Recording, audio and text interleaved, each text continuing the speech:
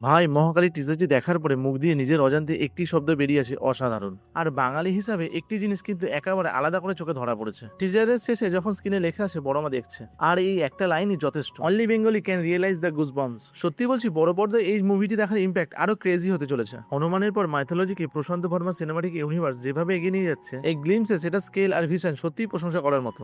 একটা ছোট্ট কথা, বাজেট তুলনামূলক কম হলেও ভিএফএক্স রিলিজের আগে আরেকটু পালিশ করলে ভিজুয়াল ইম্প্যাক্ট আরো অনেকটা বাড়তে পারে। কারণ শেষ পর্যন্ত শুধু বাজেট নয়, ভিজুয়াল অ্যান্ড এক্সিকিউশনটাই আসল। একদিকে আদিপুরুষের মতো হাজার হাজার কোটি টাকার প্রজেক্ট, আর অন্যদিকে মডেস্ট বাজেটে মহাকালী। কান্তারার পর সাউথ আবারও প্রমাণ করে দিল বড় মুভির জন্য বড় বাজেট বা বড় কাস্ট লাগে না, লাগে শুধু ভিশন। আর সেই ভিশনের সবচেয়ে বড় হাইলাইট অক্ষয় খান্না অ্যাজ শুক্রাচার্য।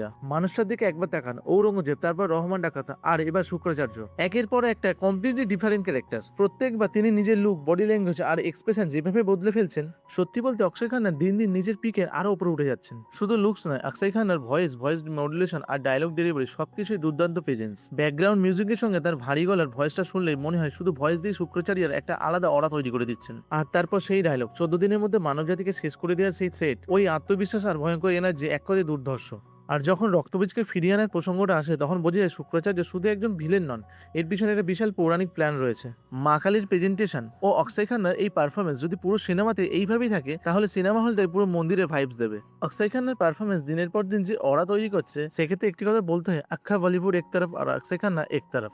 সমুদ্র মন্থন, কসমিক সিন, শক্তিমন্ত্র আর কালীচৌদশের মধ্যে অসুর বাহিনীকে ফিরিয়ে আনার পরিকল্পনা, ব্যাপারটা শুধু হিরো বনাম ভিলেনের সাধারণ গল্প নয়। এর সঙ্গে বামন অবতারের কানেকশন, চোখ হারানো মৃত সঞ্জীবনী বিদ্যা, রক্তবীজকে পুনরুজ্জীবিত করার ইঙ্গিত, সব মিলিয়ে মাইথোলজিটা বেশ লেয়ার্ড। চরিত্র, আবেগ আর পুরাণ তিনটি এখানে হাত ধরাধরি করে চলছে। প্রশান্ত ভার্মার সিনেমাটিক ইউনিভার্সের হনুমান দিয়ে যাত্রা শুরু হয়েছিল, এবার সেখানে আরো বড় অধ্যায় যোগ হচ্ছে। এখানে সামুথিরাকানির বিভীষণ কানেকশনও ফিরে আসছে, যা ইউনিভার্সটাকে আরো এক্সাইটিং করে তুলছে। টিজারের শেষের কয়েকটা মুহূর্ত পুরো দৃশ্যটাই বদলে দিয়েছে। সিআরের দিকে মা কালীর ডিভাইন ফর্মে যেভাবে দেখানো হয়েছে অসাধারণ। ওই লুক আর প্রেজেন্স অল্প সময়ও একটা স্বর্গীয় এনার্জি তৈরি করে দিয়েছে।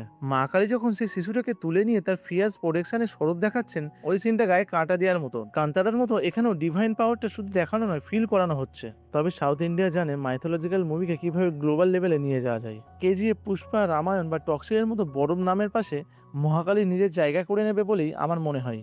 আমাদের সংস্কৃতি আর গল্পকে যেভাবে প্রেজেন্ট করা হচ্ছে, সেটাই আমাদের আসল পাওয়ার।